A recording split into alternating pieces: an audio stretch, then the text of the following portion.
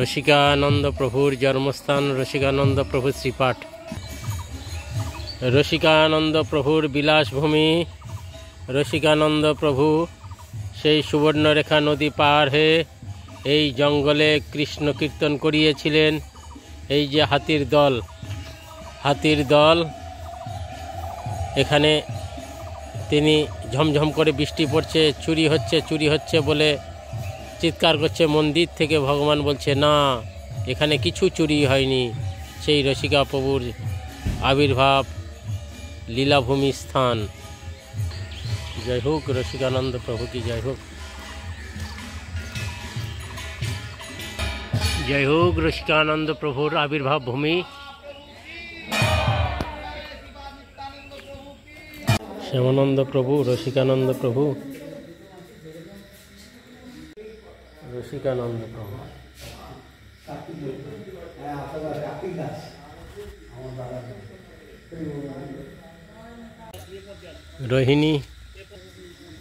রোহিণী রসিকানন্দ প্রভুর শ্রীপাঠ রসিকানন্দ প্রভুর আবির্ভাব স্থান।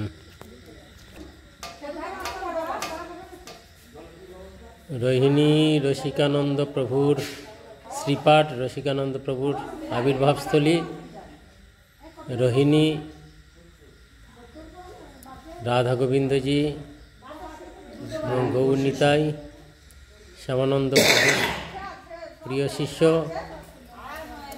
তার এখানে অনেক লীলাভূমি আমরা শুনেছি। রসিকানন্দ প্রভুর এখানে বাল্যলীলাতে তিনি যে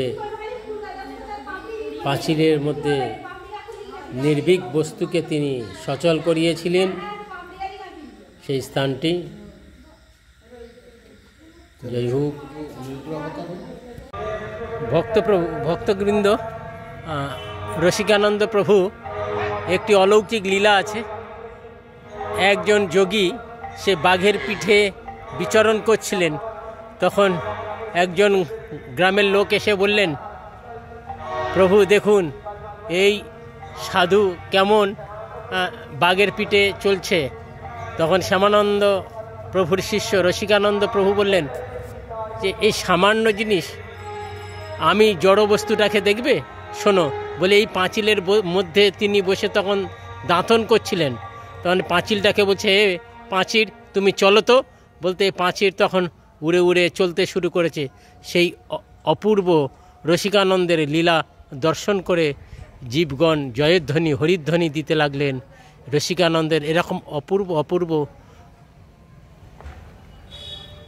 আশ্চর্যমান যে লীলা আছে, সেই আমরা স্থান দর্শন করছি। রোহিণী গোপীবল্লভপুর, সেই রোহিণীতে এই লীলা করেছেন, সেইটি পাঁচিলটা আমরা দেখছি।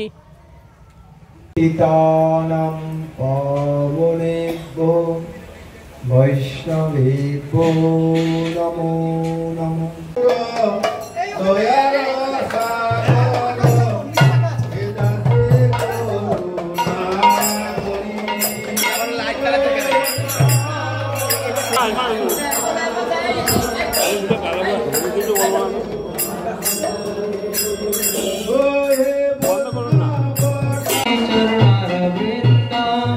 নাড়াজল গৌড়ীয় মঠ, পশ্চিম মেদিনীপুর, মায়াপুর শ্রী চৈতন্য মঠের শাখা নাড়াজল গৌড়ীয় মঠ।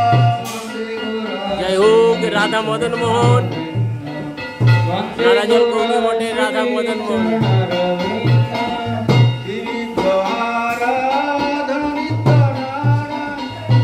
নাড়াজল গৌড়ীয় মঠ।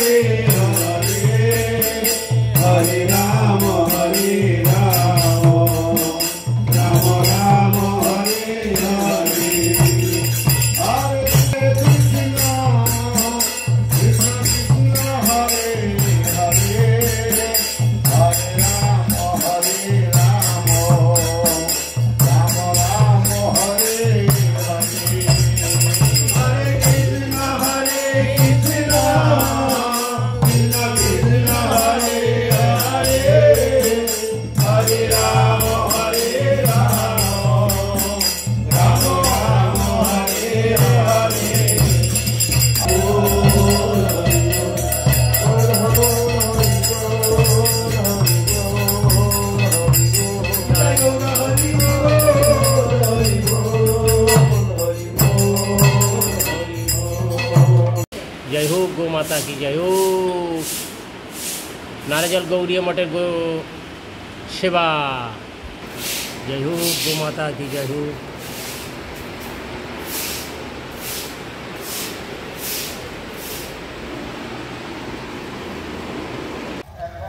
जय गौ माता की जय हो।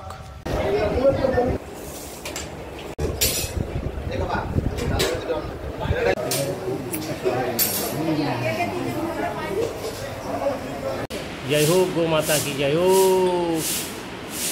नाराजल गौरी मठेर गो सेवा। जय हो गौ माता की जय हो।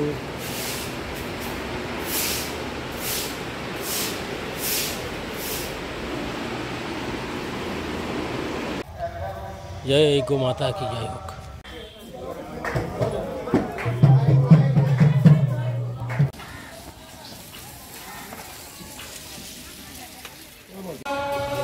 जय होक कानुराम ठाकुरेर श्रीपाठ। कानुराम दास बोले कि बोलिबा आमी ए बड़ भरोसा चिते कुलेरे ठाकुर तुमी। जय होक कानुराम ठाकुरेर श्रीपाठ महाप्रभुर पार्षद।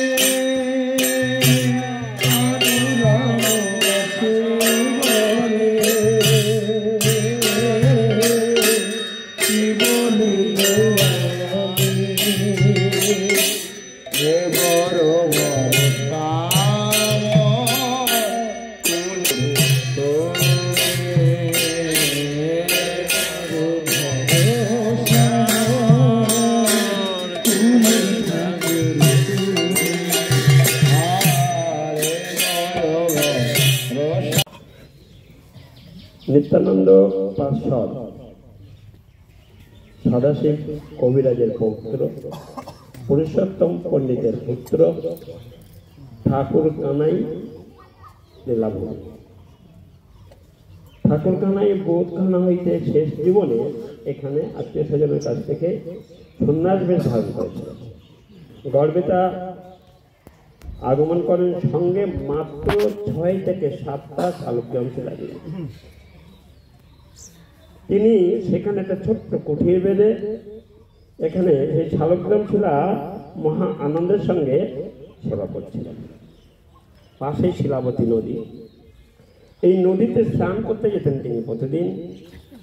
একদিন তিনি স্নান করতে গেছেন, পায়ে যেন কিছু একটা ঠেকলো, এমনই মনে করলেন।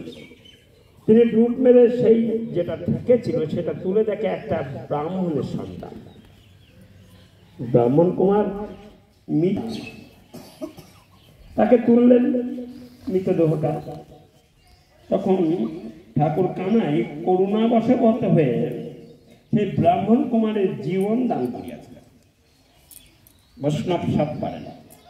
রাম ঠাকুরের জ্যৈষ্ঠী কানুরাম ঠাকুরের জ্যৈষ্ঠী দর্শন করুন, আপনারা জীবন ধন্য করুন, জীবন ধন্য হয়ে যাবে। সেই জয় হোক, জয় হোক কানুরাম ঠাকুরের সেবিত বিগ্রহ শালগ্রাম। শালগ্রাম কি সুন্দর বিগ্রহ। কানুরাম ঠাকুরের পূজিত বিগ্রহ।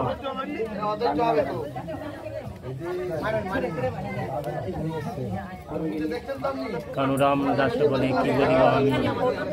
যাই হোক, নিতাইয়ের পাশ্চাদ হলো কানুরাম ঠাকুর। কৃষ্ণরায় মন্দির, কৃষ্ণরায় মন্দির, কৃষ্ণরায় মন্দির, কৃষ্ণরায়ের রাসমঞ্চ, কৃষ্ণরায়ের মন্দির। কংসবতী নদী পাড়ে অসংখ্য ভক্তরা কৃষ্ণরায়কে দেখার জন্য আসছে। আমরা বগরি কৃষ্ণকানাই মন্দির দর্শন করার জন্য অসংখ্য ভক্ত নদী পার হয়ে কীভাবে আসছে, কৃষ্ণকে দর্শন করার জন্য আরতি নিয়ে আসছে। কংসবতী নদী, খুব সুন্দর মনোরম পরিবেশ। যাই হোক, কৃষ্ণরায় মন্দির, যাই হোক, যাই হোক, কৃষ্ণরায় কি যাই হোক। এই সেই বিগ্রহ, দ্বাদশ গোপালের প্রথম গোপাল অভিরাম ঠাকুর এই বিগ্রহকে দর্শন করে আপ্লুত হয়েছিলেন এবং বিগ্রহ কম্পিত হয়ে গগ্রমাক্ত হয়েছিলেন।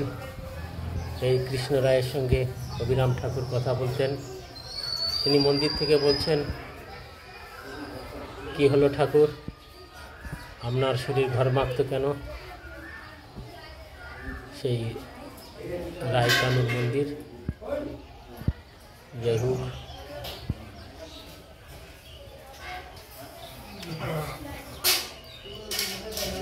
অপূর্ব মন্দির।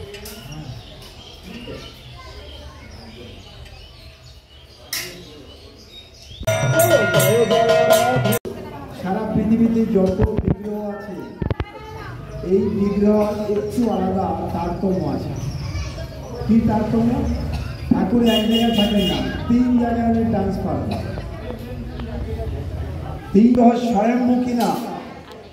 এই জন্য অভিরাম ঠাকুর ওই যে জয়মঙ্গল চাবুক দিয়ে আগে স্পর্শ করবেন।